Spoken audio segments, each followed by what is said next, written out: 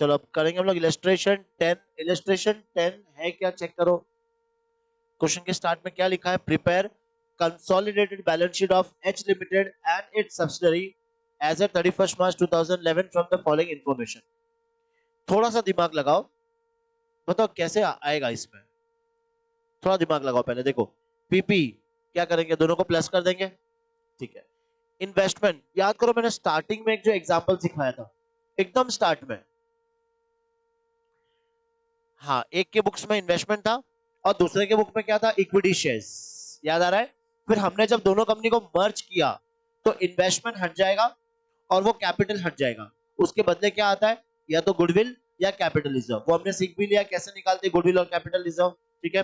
मतलब इसमें सबसे पहले तुम्हारी वर्किंग क्या बनेगी कि तुम्हें पहले कॉस्ट ऑफ कंट्रोल, पहले तुम लोग कॉस्ट ऑफ कंट्रोल निकालोगे। कॉस्ट ऑफ कंट्रोल में क्या चीज आते बताओ, हाँ, तो वो या तो गुडविल आएगा या कैपिटल रिजर्व आएगा, ठीक है। और सेकंड चीज क्या निकालते हैं, माइनॉरिटी इंटरेस्ट, याद आ रहा है ना। तो अब इसमें देखो, एक के बुक्स में इन्वेस्टमेंट दिया है कितना, 20,000 equity shares of S limited. अब एस लिमिटेड का शेयर कैपिटल देख लो कितना है, 2.5 लाख, और डिवाइड बाय 10 करेंगे तो 25,000। उस 25,000 में से एच ने कितने खरीदे, 20,000। तो रेशो निकाल लो, कैसे निकालोगे रेशो, 25,000 में से 20,000 किसके पास है, एच के पास है, 80%। क्या है समझ में, 20,000 डिवाइड बाय 25,000 इंटू 100, तो एच के पास कितना है, 80%। इसका मतलब माइनॉरिटी इंटरेस्ट के पास कितना है, तो 20%। ये क्लियर। तो एम आई के पास कितना है, 20%, ठीक है। अच्छा, अब ये जो प्रॉफिट एंड लॉस है, बताओ इसको कैसे बांटोगे, सेम वही, 80 इसको मिल जाएगा और 20 इसको मिल जाएगा, ठीक है। अच्छा, ये जो 1 लाख को तुम बांट रहे हो, तो ये कौन सा प्रॉफिट होगा, प्री, क्योंकि जिस दिन हम लोग खरीद रहे हैं उस दिन का मुझे क्या दिया है, प्रॉफिट एंड लॉस दिया है। तो इस 1 लाख में से 80% क्या होगा, प्री एक्विजिशन रिजर्व। क्या करते हैं उसको, प्री एक्विजिशन रिजर्व को कॉस्ट ऑफ इन्वेस्टमेंट में से माइनस करते हैं। इसका कॉस्ट ऑफ इन्वेस्टमेंट कितना है, बताओ, देख के बताओ, कॉस्ट ऑफ इन्वेस्टमेंट कितना है, एच लिमिटेड का कॉस्ट ऑफ इन्वेस्टमेंट कितना है, 220 बेटा। कॉस्ट ऑफ इन्वेस्टमेंट होता क्या है, कॉस्ट ऑफ इन्वेस्टमेंट होता क्या है कि हमने वो शेयर्स कितने में खरीदा, तो कितने में खरीदा हमने, 220। अब वो 220 में से हम लोग क्या माइनस करेंगे, 80,000। क्या है 80,000, प्री एक्विजिशन रिजर्व, आया समझ में। तो 80,000 वहां पे मेरा माइनस हो जाएगा, और माइनस क्या करना है उसमें से, होल्डिंग कंपनी शेयर, याद आ रहा है। तो मुझे या तो गुडविल मिलेगा या फिर कैपिटल रिजर्व मिलेगा। और दूसरा वर्किंग किसका करना है मुझे, एमआई का। बताओ एमआई का अगर इसमें से 2 लाख के शेयर किसके पास है, एच लिमिटेड के पास, तो 20% किसके पास है, एमआई। और इस 1 लाख का भी 20% किसके पास जाएगा, एमआई। तो एमआई का ये हम लोग प्लस कर देंगे, ठीक है। फिर किसका आता है देखो, करंट एसेट्स। करंट एसेट्स क्या करना है, दोनों को प्लस करके लिखना है। शेयर कैपिटल प्लस करेंगे क्या, नहीं करेंगे। अभी देख लिया ना, 2.5 लाख का तो पूरा बंटवारा हो चुका है, तो क्या बचा खाली 5 लाख। तो ये कहा लिखेंगे, शेयर कैपिटल में। प्रॉफिट एंड लॉस में होगा क्या, नहीं। तो ये प्रॉफिट एंड लॉस में ये 2 लाख कहां जाएगा, रिजर्व सरप्लस में, इसका तो आएगा ना, एच लिमिटेड का तो 2 लाख आएगा, प्लस अगर गुडविल आया या कैपिटल कैपिटल रिजर्व आया तो वो इसमें चला जाएगा। ट्रेड पेबल क्या करेंगे, प्लस करके लिखेंगे, समझ में आया। तो बताओ, बैलेंस शीट मर्ज करके लिखनी है, वापस एक बार फिर से शांति से पढ़ते हैं अपन। बताओ, बैलेंस शीट मुझे मर्ज करके दिखानी, तो क्या क्या चीजें मर्ज नहीं करोगे। एक तो share capital, profit and loss, ये दोनों एक्चुअल में बोला जाए तो क्या होता है, नेटवर्थ। तो नेटवर्थ को मैं कैसे बांटता हूं, दोनों बांट देंगे, 80 और 20 दोनों में डिवाइड हो जाएगा, ठीक है। और बाकी सारी जो चीजें हैं इसके अलावा, वो सबको क्या करना है, प्लस करके लिखते जाना है।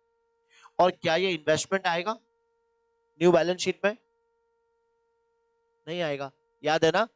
हाँ याद है ना, नो, एकदम फर्स्ट स्टार्टिंग वाले एग्जांपल याद रखना, जब अपन ने ये कंसोलिडेशन स्टार्ट किया था। अगर तुम्हें याद होगा तो मैंने एक बैलेंस शीट बनाई थी जहां पे हम लोगों ने कुछ एसेट्स वगैरह लिए थे, फिर हमने बोला था कि हमने 40,000 के शेयर्स किसी और कंपनी के खरीदे थे, और जब मैं दोनों कंपनी को मैंने मर्ज किया था तो वो इन्वेस्टमेंट और इसका कैपिटल दोनों अपने सामने क्या हो जाएंगे, कैंसिल। ये क्लियर, बनाए बैलेंस शीट, है ना। चलो करते स्टार्ट। तो ये तुम्हारा इलिस्ट्रेशन 10। ठीक है, तो पहले सबसे पहले एक वर्किंग बना लेते हैं। H limited share. बताओ एच के पास कितने शेयर्स है? 20। और टोटल कितने शेयर्स है? 25,000 इंटू 100। तो एच का शेयर कितना आ गया? 80% आ गया। तो अगर एच का शेयर 80% है तो माइनॉरिटी इंटरेस्ट का कितना होगा? 20%। तो लिख लो नीचे माइनॉरिटी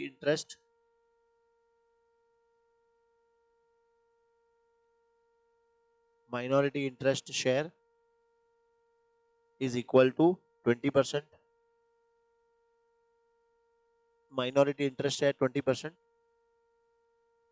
अब हेडिंग बनाओ consolidated balance sheet.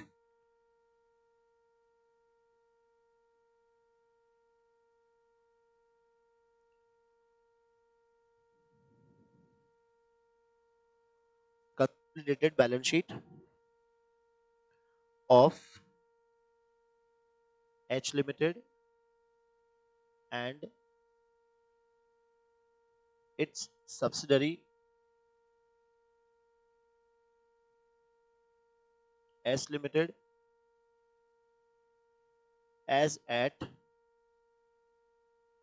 31st March 2001 या 11।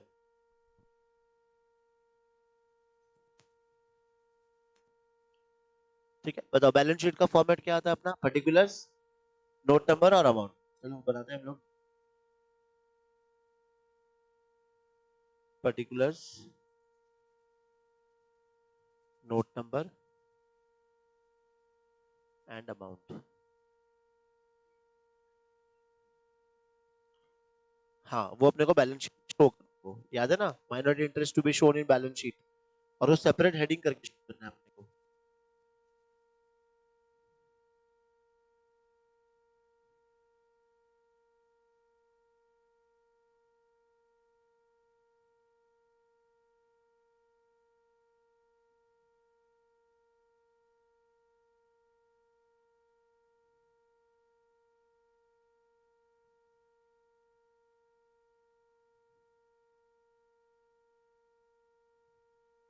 चलो बैलेंस शीट बना लो प्रॉपर तरीके से एकदम।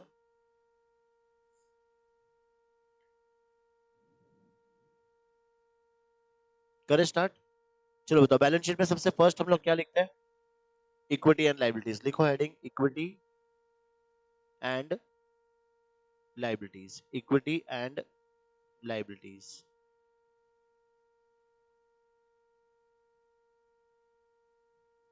इक्विटी एंड लाइबिलिटीज, इसमें first part share holders fund.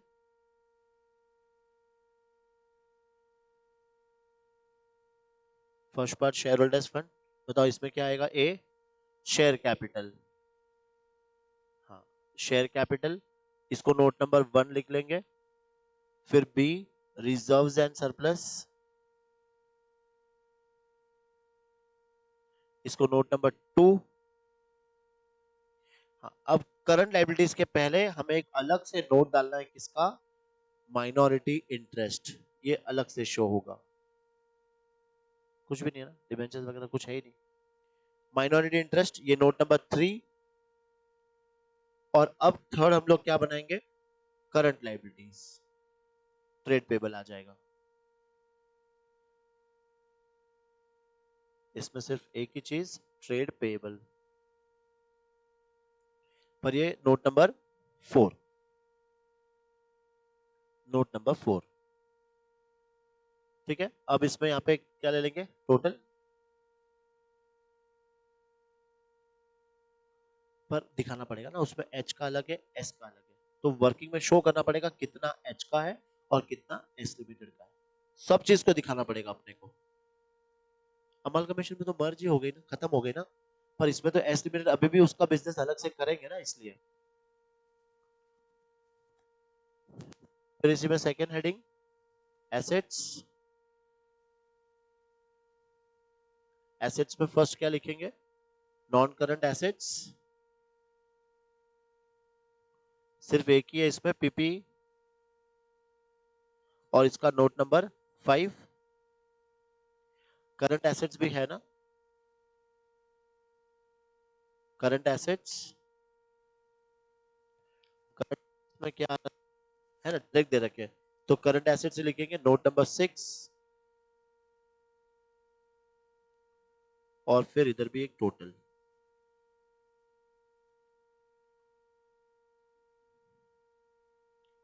यहां तक हो गया, थोड़ा स्पीड।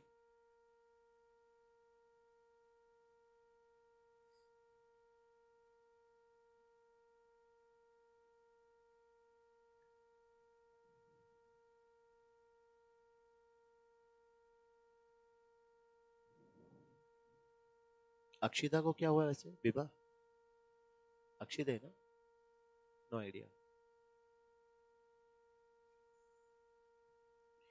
चलो अब आ जाओ, क्या बनाओगे अब, नोट्स टू अकाउंट्स।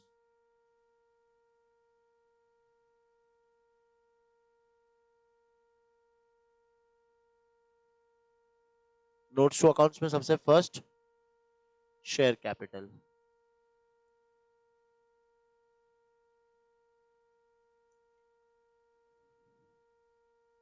वापस बताना शेयर कैपिटल कौन सा आएगा।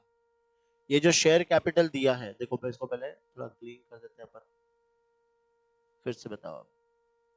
शेयर कैपिटल बताओ, क्या प्लस करके लिखेंगे हम लोग, नहीं करेंगे, याद है क्यों नहीं करेंगे, सिर्फ किसका आएगा, एच लिमिटेड का। तो लिखो टू अकाउंट्स में कितना आएगा, 5 लाख, मतलब एक शेयर पीस का है, तो अपन यहाँ पे कैसे लिख सकते हैं, 50,000 equity shares of rupees 10 each, 50,000 equity shares of rupees 10 each. तो ये अमाउंट आ गया 5 लाख, इसके नीचे डबल लाइन, ठीक है। तो ये ऊपर जाके भी लिख लो नोट नंबर 1 में अपने 5 लाख, इसका अमाउंट आ गया 5 लाख। सेकंड किसका बनाएंगे, रिजर्व एंड सरप्लस,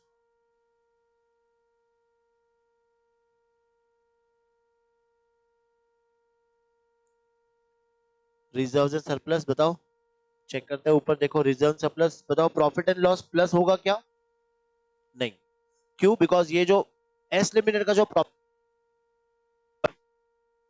प्लस नहीं होगा, इसका कितना अमाउंट है, 2 लाख, तो लिखो इसमें profit and loss account 2 lakh,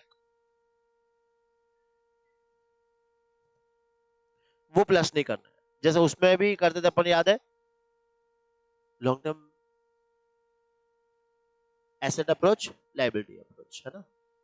तो प्रॉफिट कैपिटलिज्म, तो अपन क्या करेंगे, थोड़ी स्पेस छोड़कर अपन पहले वो फाइंड कर ही लेते हैं,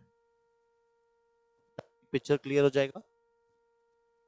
चलो working note number 1, working note number 1 हम लोग क्या फाइंड करेंगे बताओ, कैलकुलेशन ऑफ, कैलकुलेशन ऑफ या तो गुडविल या कैपिटल रिजर्व,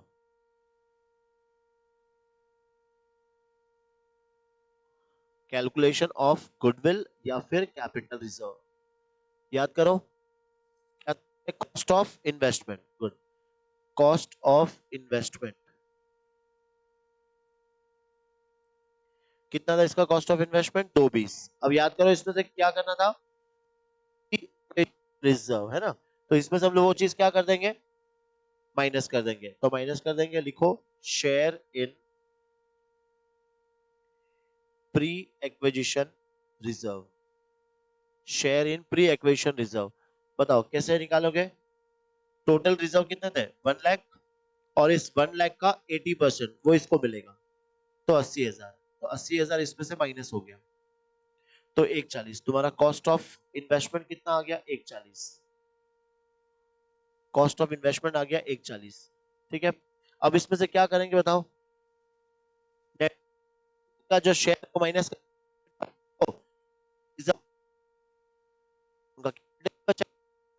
तो minus holding company share, holding company share in the paid up capital of S limited, उसकी कैपिटल कितनी है 250, 250 का अपन क्या ले लेंगे 80% ले लेंगे तो 2 लाख।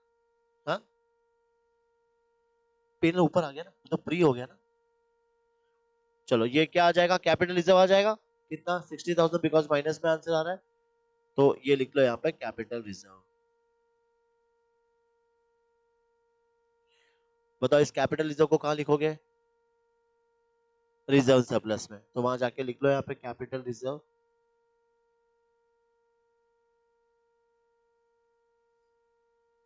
इसके ब्रैकेट में लिख लेना वर्किंग नोट नंबर 1 60,000 ये लिख लो अगर नहीं लिखा है तो ये पहले कॉपी कर लो।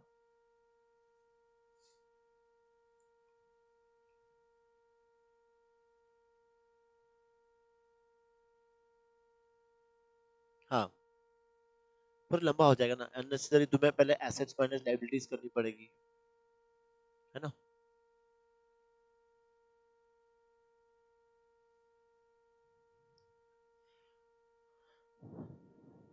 लिख लिया सबने ये और इसको बैलेंस शीट में रिजर्व सरप्लस अब और कुछ नहीं आने वाला तो इसको 260 लिख लो टोटल और ये 260 को उठा के धीरे से उठाना 2,60,000 यहाँ पे पटक दो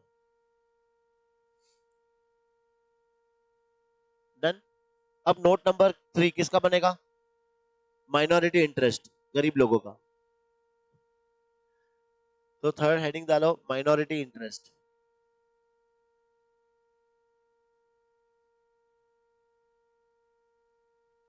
कैसे निकालोगे माइनॉरिटी इंटरेस्ट जरा बताओगे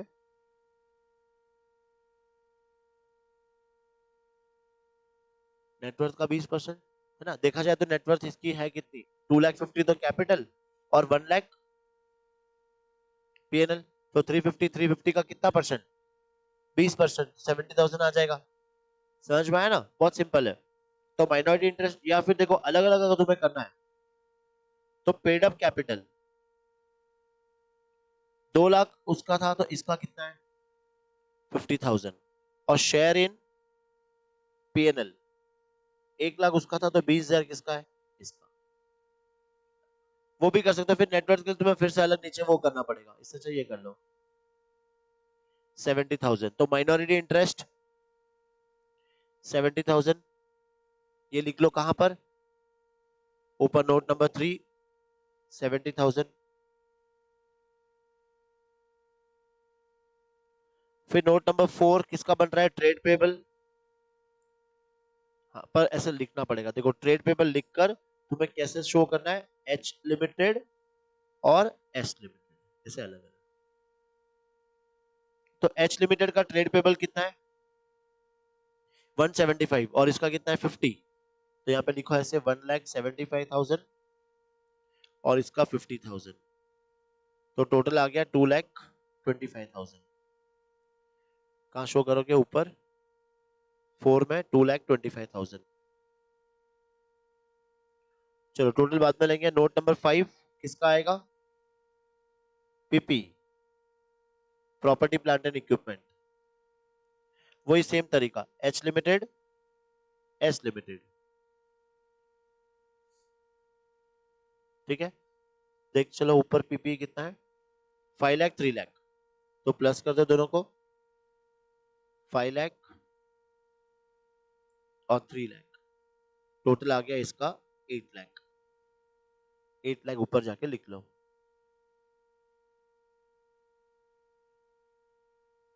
5 लाख और 3 लाख। और नोट नंबर 6 करंट एसेट्स ये भी सेम एच लिमिटेड और एस लिमिटेड चेक करो कितना है 155 और 1 लाख। हाँ तो इधर लिखना पहले अलग अलग 155 और 1 लाख तो 255 और ये 255 को ऊपर उठा के लिख लो चेक करो तुम्हारी बैलेंस शीट टल्ली हो रही कि नहीं।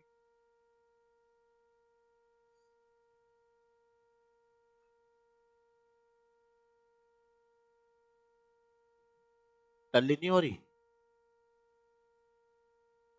1055 दोनों साइड का 1055 1055। समझ में आया? इजी था? हाँ इजी था। कितने मार्क्स? 10।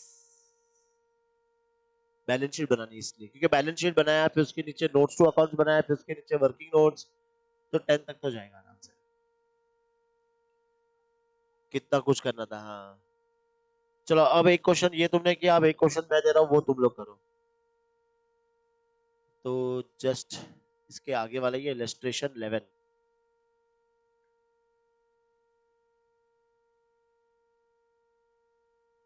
इलस्ट्रेशन 11 देखो एक बार ये खाली पढ़ लो क्या पूछा है। Prepare consolidated balance sheet of H limited, ये तो ठीक है। अब ये क्वेश्चन ताकि बार बार अपने को नीचे नहीं देखना पड़ेगा, यहीं से पढ़ो पहले आराम से शांति से, उसके बाद एक बार पहले अच्छे से पढ़ो क्वेश्चन को। अगर मैं ये एडिशनल इंफॉर्मेशन को भूल जाऊं और फिर क्वेश्चन पढ़ो तो बोल सकते हैं same question, same ditto same, मतलब सिर्फ फिगर चेंज कर दिया है। देखो पीपी दोनों को प्लस करके लिख देंगे। इधर का जो इन्वेस्टमेंट है 8000, इसके कितने शेयर है बताओ? 10,000। तो 8000 डिवाइड बाय 10,000 इंटू 100 कितना आ रहा है बताओ? 80%। तो मतलब वो 80-20 का रेशियो आ गया। ठीक है, फिर करंट एसेट्स दोनों प्लस करके लिख लोगे। शेयर कैपिटल प्लस नहीं करते हम लोग, इसका 150 लिखेंगे। प्रॉफिट एंड लॉस इसका 50 लिखेंगे। ठीक है, ट्रेड पेबल दोनों प्लस करके लिखेंगे। ठीक है, अब ये शेयर कैपिटल का क्या होगा बताओ? बंटवारा हो जाएगा 80 और 20। ये प्रॉफिट एंड लॉस का क्या होगा? वही 80 और 20 बंटवारा हो जाएगा। अगर मैं एडिशनल इंफॉर्मेशन को भूल जाऊं, क्या हुआ? अगर मैं एडिशनल इंफॉर्मेशन को भूल जाऊं तो क्वेश्चन सेम है। अब आते हैं हमारे एडिशनल इंफॉर्मेशन पे क्या कहना चाह रहा है। देखो, H Limited acquired the shares of S Limited on 1/7/2011। हमने शेयर्स कब अक्वायर किया? 1/7। And the balance of profit and loss of S Limited on 1/4/2011 was 30,000। नहीं, हाँ देखो, हाँ इसमें पोस्ट और प्री सब आ जाएगा। देखो 1/4/2011 जब ये बैलेंस शीट की स्टार्ट डेट थी तो प्रॉफिट एंड लॉस का बैलेंस कितना था? 30,000। और जब इसका एंड डेट आ गया मतलब 31 मार्च 2012, तो इसमें बैलेंस कितना आ गया प्रॉफिट एंड लॉस में? 40,000। ये तो समझ में आया। 30 का कितना हो गया? 40। इसका मतलब ये है कि ये जो 10,000 है ये कब कमाया? During the year. और हमने ये शेयर्स कब खरीदे एच लिमिटेड ने? 1/7/2011 को। तो बताओ तुम्हें क्या पक करना पड़ेगा उस 10,000 को? पूरा पोस्ट हो जाएगा? नहीं, पूरा पोस्ट नहीं होगा, डिवाइड करना पड़ेगा मुझे। तो देखो, हाँ 1 अप्रैल से लेके 1 जुलाई तक कितने महीने हो रहे हैं? अप्रैल, मई, जून, कितने महीने हो रहे हैं? 3 मंथ। तो जो 10,000 है ना उसका 3 महीने यहां पर, तो 9 महीने यहां पर। बताओ ये क्लियर? 10,000 का, ओनली 10,000 का। हाँ समझ में आ रहा है? तो कितना आ रहा है? 2500। तो 10,000 में से 2500 क्या है? प्री, और 7,000 क्या आ जाएगा? पोस्ट। बताओ इतना समझ में आया सबको? क्लियर? ठीक है, अब फिर से इसके ऊपर थोड़ा और पढ़ते हैं क्योंकि यही मैंने, बाकी क्वेश्चन में कुछ भी नहीं है। देखो शेयर कैपिटल का तो बंटवारा हो जाएगा, उसमें कभी कॉम्प्लिकेशंस नहीं आएंगे। कॉम्प्लिकेशंस खाली किस में आ रहे हैं? पीएनएल में। अब देखो ये जो 30,000 है और ये जो 2,500 है, क्या मैं बोल सकता हूं ये दोनों किस कैटेगरी वाले हैं? प्री। इसका 80% कॉस्ट ऑफ इन्वेस्टमेंट में से माइनस हो जाएगा, इसका 80% दोनों का, क्योंकि ये प्री कैटेगरी में आ जाएगा। और अगर मैं प्री का 20% निकालूं तो वो एमआई में प्लस हो जाएगा, माइनॉरिटी इंटरेस्ट में। अब 7,500 क्या होता है बताओ? 7,500 पोस्ट एक्वेशन। हाँ, तो 7,500 का 80% किस में ऐड होगा? इसके पीएनएल में ऐड हो जाएगा। करेक्ट? और इसका 20% एमआई। हो गया काम खत्म। समझ में आया सब लोग को? अब करोगे तुम लोग? करो। 10-12 मिनट ले लो, ज्यादा टाइम है भी नहीं। 12 मिनट में क्वेश्चन को सॉल्व करो अब। ठीक है, क्वेश्चन कर लो। वर्किंग जो है वो मैं बता दूंगा, बाकी तुम लोग कर लो। इलस्ट्रेशन 11 करो स्टार्ट। तो ये क्वेश्चन हो गया तुम्हारा, आंसर चेक कर ले एक बार हम लोग सब। चलो आंसर चेक कर लेते। देखो इक्विटी शेयर कैपिटल कितना आया 1,50,000, रिजर्व सरप्लस 56, माइनॉरिटी इंटरेस्ट 28,000 और क्या था इंपॉर्टेंट इसमें, इस बार इंटेंजिबल एसेट्स में क्या आ रहा था, गुडविल कितना है 20,000 आ गया सबका, वेरी गुड। और ये सारे नोट्स ऐसे ही बनाए तुम लोग ने, जहां पे डिटेल हो वहां दिखा देना वर्किंग नोट्स में, है ना। इंस्टीट्यूट को चाहिए कि भाई इस लड़के को समझ में आया है अच्छे से, तो जहां पर भी हो तुम्हें पूरा डिटेल बताओ कैसे तुमने कैलकुलेट किया है। इंटेंजिबल में तेरा गुडविल आया था ना, तो गुडविल के लिए तूने क्या बनाया, कॉस्ट ऑफ कंट्रोल बनाया होगा ना नीचे। तो intangible assets working note number 1, तो इसके अंदर फिर बड़ा हो जाएगा ना। इस ये लोग ने इसमें कर दिया है, इन्होंने इसमें कर दिया, ऐसे नहीं करेंगे अपन, वर्किंग नोट में दिखा देंगे। यहाँ 20,000 दिखाएंगे ब्रैकेट में वर्किंग नोट नंबर 1, वैसे किया है बस। ठीक है, कल करेंगे न्यू क्वेश्चंस।